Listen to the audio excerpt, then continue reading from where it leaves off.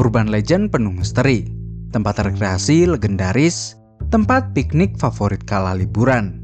Mungkin itu yang sering terlintas di pikiran kalian kalau mendengar kata Ancol. Ancol memang punya sejarah yang sangat panjang, bahkan bisa dibilang sedikit kelam.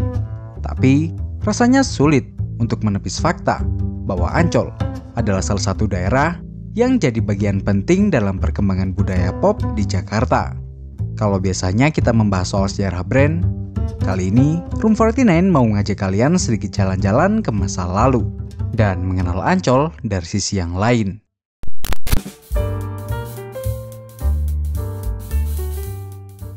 Dalam bahasa Sunda kuno, Ancol berarti muara kecil atau tempat pertemuan air sungai dan laut.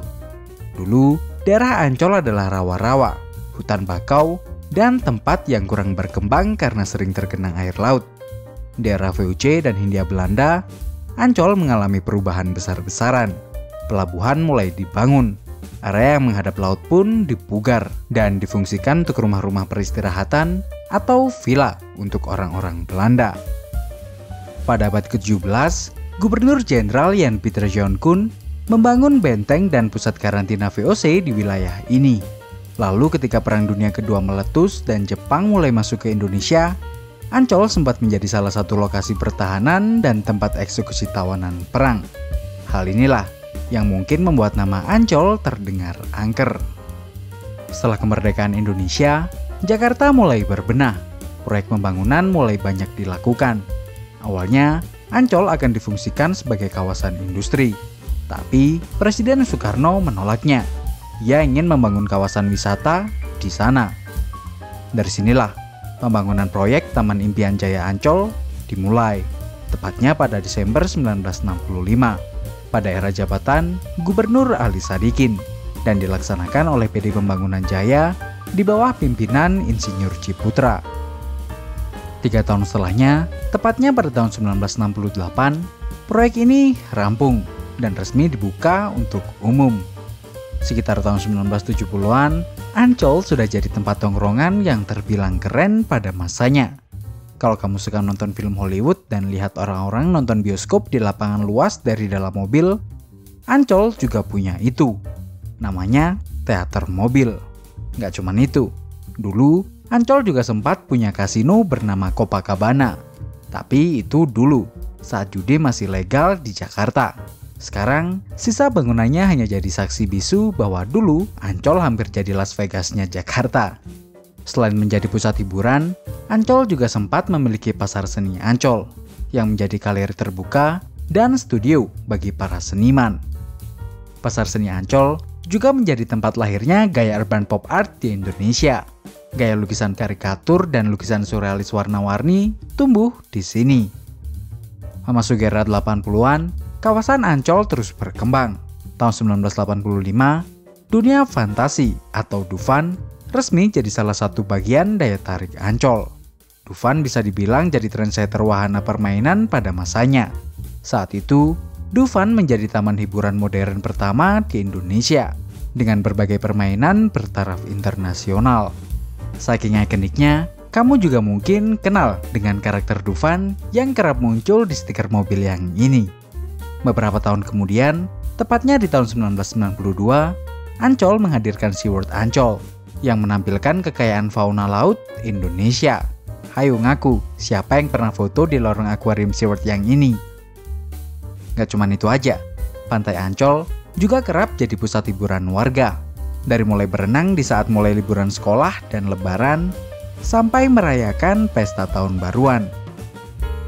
Namun sayangnya, memasuki era 2000-an, popularitas Ancol mulai menurun.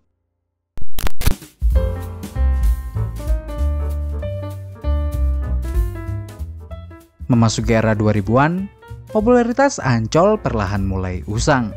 Pasar seni Ancol yang dulu jadi tempat bertemu para seniman lokal dan para penikmat seni dari berbagai penjuru dunia, perlahan mati. Kemudian beralih fungsi jadi tempat jajanan dan jualan oleh-oleh. Memasuki tahun 2016, pengunjung Ancol terus mengalami penurunan. Banyak yang merasa kalau Ancol gitu-gitu aja.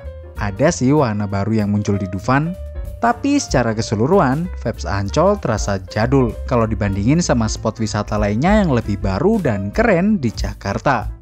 Apalagi, ada periode di mana pantai dan fasilitas umum Ancol dikritik habis-habisan karena kurang bersih dan tidak terawat. Ada juga yang mengeluhkan karena harga tiket masuk yang terlalu mahal dan lokasinya pun gak ramah transportasi umum. Kondisi ini makin memburuk saat pandemi karena berbagai kegiatan keramaian mulai dibatasi.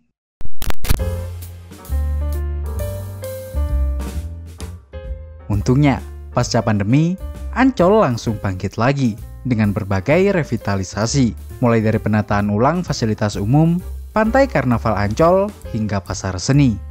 Ancol juga mulai jadi tuan rumah untuk acara-acara bergengsi skala internasional, dimulai dari Formula E yang menempatkan Ancol di peta dunia motorsport dan menjadi satu dari sedikit kota di Asia yang menjadi tuan rumah pertandingan balapan mobil listrik pada tahun 2023.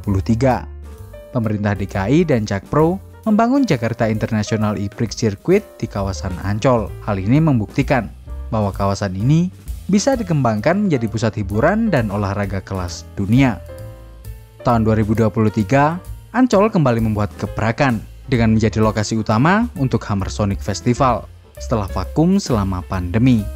Gak main-main, line up musisi internasional yang dibawa saat itu sangat ngeri. Mulai dari Slipknot, Watain, Trivium, Black Flag, hingga Story of the Year. Di tahun yang sama, band deathcore-deathcorean asal Sheffield, Bring Me The Horizon, juga menggelar konser yang jadi ajang reuni para mantan operator warnet era 2000-an, meskipun harus berakhir di tengah-tengah. Tapi, 1 tahun setelahnya, PMTH balik lagi ke Ancol, dan berhasil memuaskan para penonton yang udah nahan sing-along drown setahun lamanya. Revitalisasi Pantai Karnaval sebagai venue outdoor yang luas dan strategis pun mendapat respon yang positif. Bahkan, banyak yang bilang kalau vibe-nya mirip festival musik di luar negeri. Dengan segala naik turunnya, Ancol terus berbenah dan menghadirkan berbagai hal baru. Tapi, kalau kita lihat ke belakang, Ancol telah menjadi bagian penting dari banyak warga Jakarta. Bisa dibilang, hampir semua warga Jakarta atau bahkan ada juga warga dari luar kota yang memiliki memori kolektif lintas generasi piknik di Ancol. Dari remaja era 70-an yang pacaran di teater mobil, anak 90-an yang karya wisata ke Dufan dan SeaWorld, sampai Gen Z yang ngevlog di Pantai Karnaval Ancol. Tanpa Ancol, rasanya ada puzzle Jakarta yang hilang. Dan dalam rangka ulang tahun Kota Jakarta yang ke-498, yuk kita ucapkan terima kasih buat Ancol yang sudah jadi bagian dari sejarah panjang Jakarta, mulai dari yang kelam sampai yang gemilang.